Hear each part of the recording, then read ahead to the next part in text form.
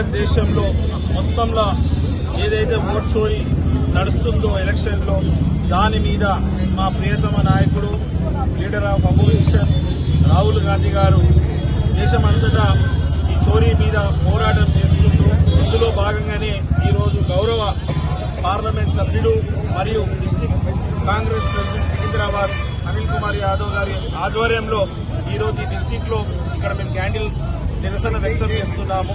దీనికి ముఖ్య ఉద్దేశం కొండి దారిలో ఎలక్షన్ గెలవడానికి ఎలక్షన్ కమిషన్ ని తోడుగా పెట్టుకుని అడ్డంగా పెట్టుకుని మోదీ గారు అమిత్ షా గారు చేస్తున్న దాని మీదనే ఈరోజు మీరందరూ చూసిర్రు.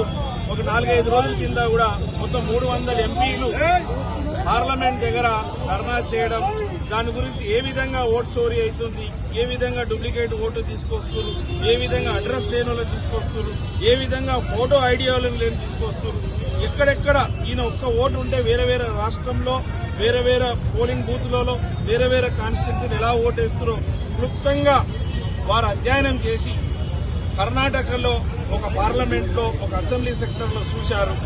అక్కడ పార్లమెంట్ ఒక సీటు గెలిస్తే 37,000 ఓట్ల మెజారిటీతో గెలిస్తే 1,00,000కు పైన ఓట్లు దొంగ ఓట్లు నమోదు చేసుకొని దాని ద్వారా వారు గెలవడం. ఇది కేవలం ఎప్పటి నుంచో దీని మీద డౌట్ ఉంది. గతంలో ఈవీఎంలో ట్యాంపరింగ్ అవుతుందా ఏం జరుగుతుందో అనుకున్నాము.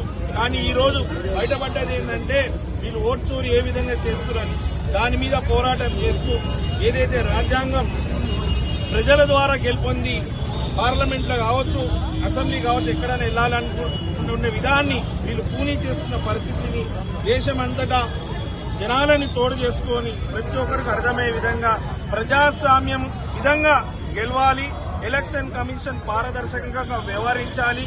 వారు ఏదైతే ఇప్పుడు రాహుల్ గాంధీ గారు ప్రశ్నించారో దానికి జవాబు ఇవ్వాలా కానీ జవాబు ఇవ్వకుండా వారు వీరిని ప్రమాణం చేసి లెటర్ ఇవ్వమని అడగడం దురదృష్టకరం.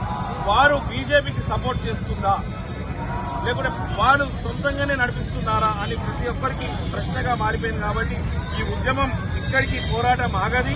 వారు పారదర్శకంగా చేసేవారికి ఫైట్ చేస్తాము. ముఖ్యంగా ఏ విధంగా అయితే పేపర్స్ లో ఉందో అది కాకుండా డిజిటల్ ఓటర్ లిస్ట్ చేయాలి.